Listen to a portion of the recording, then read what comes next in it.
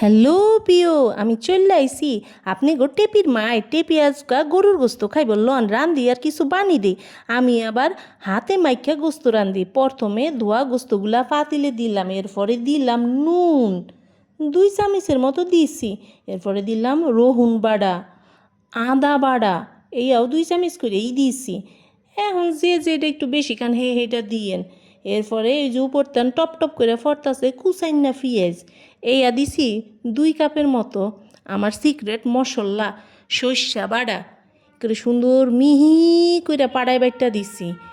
এরপরে সুন্দর করে দিলাম ঘুরাইয়া ঘুরাইয়া হলদের গুঁড়া, হলদের গুঁড়া 1.5 চামচের মতো দিছি।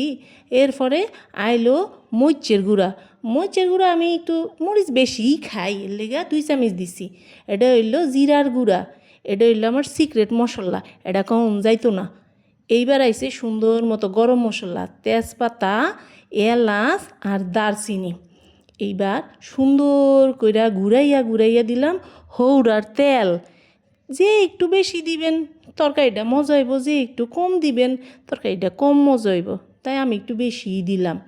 এরপরে একেবারে কাঁচা দিয়া বাইন দিয়া সুন্দর করে গোস্তের লগে মশলা গুলা কসলাইয়া কসলাইয়া চিপা গুটিয়া একটা সুন্দর করে মাখাই লাইলাম। দেখেন কি সুন্দর দেখা যায়, লাল টকটকে এক একটা গোস্ত, কি সুন্দর। এবার চুলার জাল ধরাই দিলাম, আর দোয়া একটু পানি দিলাম। এই আর দোয়া পানি নাকি দিলে তরকারি মজা হয়, হুয়াদ হয়। এইবার সুন্দর করে ডাক্কা দিছি। কতক্ষণ পরে ডাকনা উড়াইছি, দেখি কি সুন্দর বাসনা বাইরেছে। দিলাম একটু গুটা দিয়া গুইটা রাঁধতে নাড়তে নাড়তে লন একটু গল্প করি গরুর গোস্তের উপকারিতা। মুখের হোয়াদ যা বাড়াই গো অপকারিতা। এই যে হৃৎপিণ্ড আছে না, সেইটাই বলক বাড়াই দেয়। প্রেশার 420 হয়ে বইয়া থাকে সারাটাক্ষণ। এইবার সুন্দর করে আবার ডাকনা দিয়ে ডাক্কা দিলাম। কতক্ষণ ডাকার পরে ডাকনাটা উড়াইছে, আরে ধোঁয়া। দিলাম কতগুলা আলু, আমার টেপি আবার আলু ছাড়া গোস্ত খাইতে পারে না। এর লেগিয়া টেপির লেগিয়া কয়টা আলু দিলাম।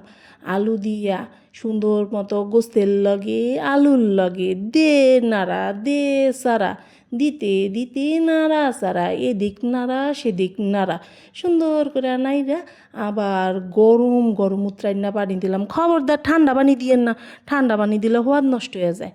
এই যে দেখেন আমার রান্দা প্রায় শেষ, কি সুন্দর দেখা যায় কালার ডাল লাল টকটকিয়া গোস্ত। যে জোল খাইবেন যে জোল, আর যে একটু জোল কম খাইবেন হে কষাই লইবেন। আমি আবার একটু জোল খাই, আমার টেপিও জোল লাগে। আর একটা কথা, একটা সুন্দর করে একটা টিপস কইয়া দিই ভাই, লাল মাংস একটু কম খাইয়েন যদি বালা থাকতে চান।